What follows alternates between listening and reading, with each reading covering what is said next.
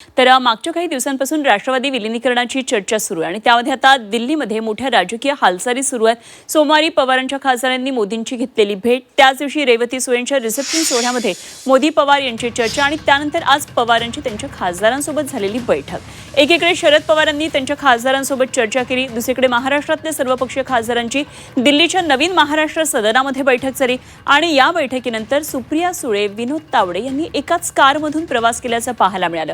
त्यामुळे पवारांच्या राष्ट्रवादीमध्ये नेमकं काहीतरी सुरू नक्कीच आहे अशा चर्चांना आता चांगलंच उधाण आलेलं आहे।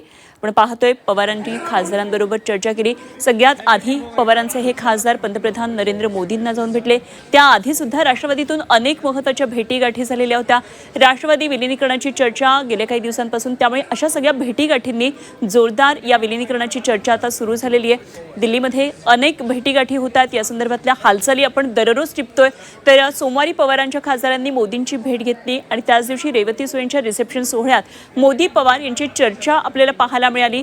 तर पवारांनी त्यांच्या खासदारांसोबत एक बैठक घेतली, शरद पवारांनी त्यांच्या खासदारांसोबत चर्चा केली आणि दुसरीकडे सर्वपक्षीय खासदारांच्या दिल्लीत नवीन महाराष्ट्र सदनात झालेल्या बैठकीनंतर सुप्रिया सुळे आणि विनोद तावडेंचा एकत्रित कारमधला हा प्रवास, त्या निश्चितच काहीतरी राजकारण सगळं हे शिस्त आहे आणि काहीतरी यामध्ये वेगळं होतंय अशा प्रकारची ही चर्चा आहे।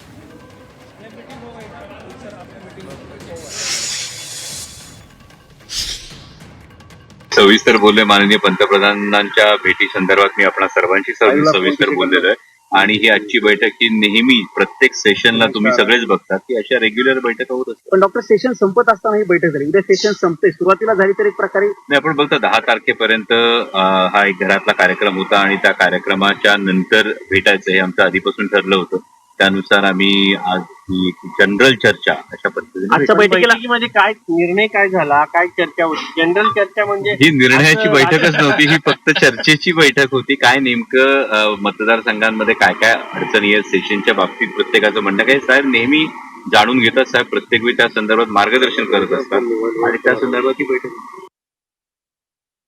अरे मी जे नरेंद्र मोदी साहेबांकडे मांडले विषय ते पवार साहेबांना अनुभव सांगितले आणि काय वेगळी चर्चा झाली? काय नाही, आमच्या मतदारसंघातले प्रश्न काय आहेत, प्रलंबित विषय काय आहेत, सीएमशी बोलण्याचे त्याविषयी चर्चा झाली। आणि तुमचं म्हणजे सत्तेच्या अत्यंत जवळ जाण्याचे हे दिवस दिसत आहेत असं महाराष्ट्राला, काय नक्की तथ्य याच्यामध्ये असं तुम्हीच ठरवताय सगळे। तर राष्ट्रवादी शरदचंद्र पवार पक्षाचे हे खासदार सगळे मुद्दे जरी खोडून काढत असले तरी आगामी काळामध्ये निश्चितच काही वेगळं चित्र घडतंय का हे आपल्याला पाहायचंय। कारण महाराष्ट्राच्या राजकारणामध्ये सध्या पवारांच्या राष्ट्रवादीचे नेते आणि भाजप एनडीए मधल्या प्रमुख नेत्यांमधल्या भेटीगाठी हा सध्या चर्चेचा विषय ठरतोय। गेल्या महिनाभरामध्ये अशा तब्बल 7 घटना समोर आलेल्या आहेत। 7 जुलैला शरद पवार एकनाथ शिंदे यांची भेट झाली। 15 जुलैला जयंत पाटील यांनी देवेंद्र फडणवीस यांची भेट घेतली। 22 जुलैला शरद पवार आणि सुप्रिया सुळे यांनी पंतप्रधान नरेंद्र मोदींची भेट घेतली। त्यानंतर 9 ऑगस्टला जयंत पाटील आणि फडणवीस यांनी एकाच विमानातून प्रवास केला। 10 ऑगस्टला रेवती सुळे यांचं रिसेप्शन होतं आणि त्या सोहळ्यामध्ये पवार मोदी यांची भेट झाली। त्याच दिवशी पवारांच्या 8 खासदारांनी मोदींची भेट घेतलेली होती। त्यानंतर काल सुप्रिया सुळे आणि भाजपचे नेते विनोद तावडे एकाच कारमधून प्रवास करताना दिसले आणि या सलग भेटीगाठींमुळे पवारांची राष्ट्रवादी भाजपच्या जवळ जातीये का असा प्रश्न आता निर्माण झालाय। कारण हे सगळे फोटो आणि सगळे व्हिज्युअल्सच हे सांगतात। तर भविष्यामध्ये काही नवं राजकीय समीकरण आता आकाराला येणार का याची चर्चा पुन्हा एकदा आता रंगलेली आहे। आणि या संदर्भात आणखी सविस्तर तपशील जाणून घेऊया।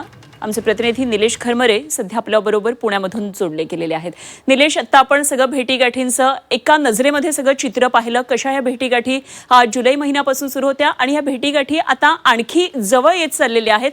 त्याचं कारण की त्यांच्यातला जो गॅप आहे तारखांचा तो सुद्धा कमी होत चाललेला आहे। त्यामुळे काय नेमकं ह्याचे सगळ्याचे संकेत काय, काही राजकीय समीकरण वेगळं उद्याला येईल का, काय नेमकी चर्चा आहे? नक्कीच खरं तर दिल्लीच्या राजकारणामध्ये एक वेगळं समीकरण जे आहे ते आता काही येणाऱ्या काळांमध्ये पाहायला मिळेल अशी चर्चा आपल्याला पाहायला मिळते आहे। त्याचं कारण म्हणजे बघितलं तर एनडीएसोबत राष्ट्रवादी शरदचंद्र पवार पक्षाचे जे नेते असतील, विशेष करून सुप्रिया सुळे असतील किंवा शरद पवार असतील, हे सातत्याने भाजपच्या नेत्यांना भेटत असल्याचे या ठिकाणी आपल्याला पाहायला मिळतात। मागील काही महिन्यांमध्ये बघितलं तर 7 ते 8 वेळा हे नेते जे आहेत ते वेगवेगळ्या कारणांमुळे एकत्र आल्याचं आपल्याला पाहायला मिळत आहे। विशेष करून जर बघितलं बघितलं तर रेवती सुळे यांच्या रिसेप्शनमध्येही आपल्याला थेट पंतप्रधान नरेंद्र मोदी असतील किंवा अमित शहा असतील हे सुद्धा शरद पवारांना भेटलेलं आपल्याला पाहायला मिळतात.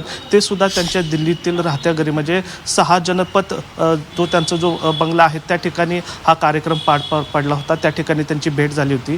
दुसरी महत्त्वाची म्हणजे काल जर बघितलं तर विनोद तावडे आणि सुप्रिया सुळे हे एकत्र गाडीमध्ये प्रवास करत होते. मात्र हा प्रवास करण्याआधी ते महाराष्ट्र सदनमध्ये त्यांची बैठक झाली. त्या बैठकीनंतर हे दोन नेते जे आहेत ते एकत्र गाडीमध्ये प्रवास करताना आपल्याला पाहायला मिळतो आहे. त्यामुळे नक्कीच आहे की राजकीय वर्तुळामध्ये येणाऱ्या काही काळांमध्ये दिल्लीमध्ये एक वेगळं समीकरण जे आहे ते पाहायला मिळणार आहे. आणि साहजिकच आहे की देशाच्या राजकारणामध्ये NDA सोबत राष्ट्रवादी शरदचंद्र पवार पक्ष हा जाण्याची शक्यता या ठिकाणी वर्तवली जात आहे. त्याचं जिवंत उदाहरण म्हणजे काही दिवसांपूर्वी राष्ट्रवादीचे जे 6 खासदार जे आहेत ते प्रधानमंत्री यांना सुद्धा भेटले होते. तर कुठंतरी ही जी चैन आहे ती जर जोडली तर कुठेतरी NDA सोबत जाण्यासाठी राष्ट्रवादी शरदचंद्र पवार जो आहे तो जवळपास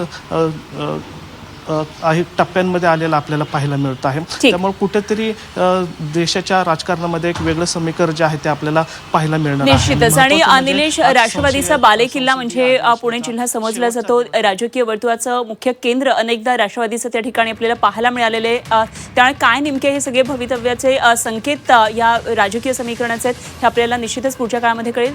धन्यवाद दिलेल्या सगळ्या सविस्तर माहितीसाठी निलेश करमरे आमचे प्रतिनिधी आपला.